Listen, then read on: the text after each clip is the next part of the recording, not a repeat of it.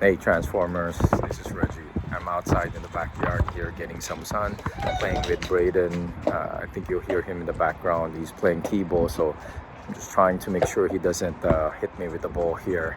But anyway, so now I'm outside, I'm in the sun. I want to share with you one important nutrient that we get from sunlight. And you may have guessed it already, so that's vitamin D. Now, vitamin D is important for a couple of reasons. The more common one that we know is it helps build strong bones. So vitamin D, oh, say hi, Braden. Hi. All right. So, sorry about that. Vitamin D helps the body absorb calcium from the food and the supplements that we take, and the calcium gets transformed, converted into, or it helps the body form stronger bones.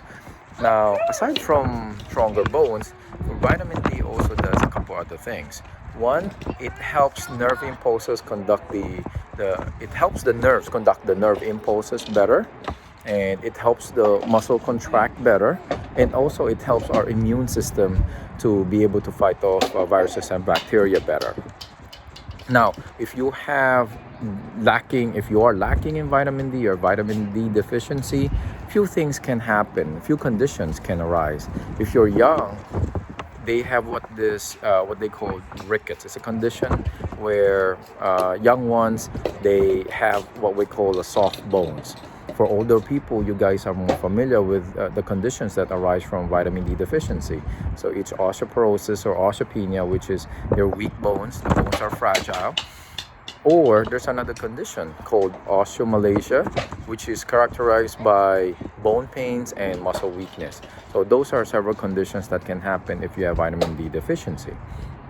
Now, question is, how do we get vitamin D? Where do we get that? The most common source of vitamin D, as everybody knows, is sunlight. That's why I like to be out in the backyard, out in the sun a couple of times a day, half an hour to get that vitamin D. Aside from supplements of vitamin D, there's some food that are rich in vitamin D. Fatty fishes are very high in vitamin D. What are fatty fishes? They're salmon, tuna, mackerel. Those are good. And another source of vitamin D is plant-based alternatives to milk.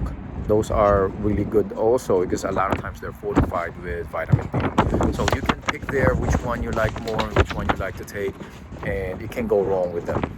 All right?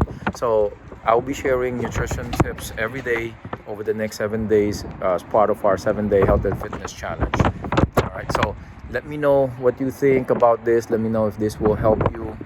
Tell me what you're doing to get your vitamin D and other nutrients. Feel free to share with them. You take posts or comments below. All right, and I'll see you in the next video tomorrow. Bye.